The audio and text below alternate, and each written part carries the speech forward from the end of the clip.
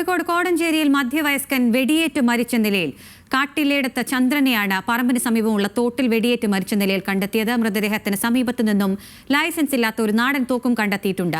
ആത്മഹത്യയാണെന്നാണ് പ്രാഥമിക നിഗമനം. കൂടുതൽ വിവരങ്ങളുമായി രമ്യ ദാസ് ഉണ്ട്. രമ്യ, എന്തൊക്കെയാണ് വിശദാംശങ്ങൾ?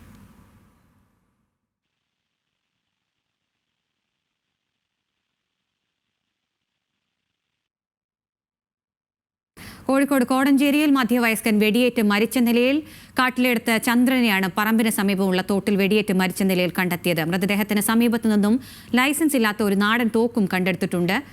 രമ്യയുണ്ട് വിവരങ്ങളുമായി. രമ്യ, വിവരങ്ങൾ. കാട്ടിലെടുത്ത് ചന്ദ്രനെ മരിച്ച നിലയിൽ കണ്ടെത്തിയത് ഇദ്ദേഹത്തിന് പത്തിപ്പാറ വെള്ളക്കാംകുടി പറമ്പിന് സമീപമുള്ള ഈ തോട്ടിന് സമീപമാണ് ഈ മരിച്ച നിലയിൽ കണ്ടെത്തുന്നത്. 3 ദിവസമായി ഇയാളെ കാണാനില്ലായിരുന്നു. ഇതിനെ തുടർന്ന് നാട്ടുകാരും മറ്റും തിരച്ചിൽ നടത്തിയതിനെ തുടർന്നാണ് ഇത്തരത്തിൽ മരിച്ച നിലയിൽ, അതായത് വെടിയേറ്റ് മരിച്ച നിലയിൽ കണ്ടെത്തുന്നത്.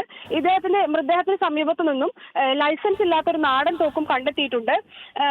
ഈ വിഷയവുമായി ബന്ധപ്പെട്ട് ആത്മഹത്യ എന്നാണ് പോലീസിന്റെ പ്രാഥമികമായ വരുന്ന നിഗമനം. അഖില. ശരി, രമ്യദാസാണ് വിവരങ്ങൾ നൽകിയത്.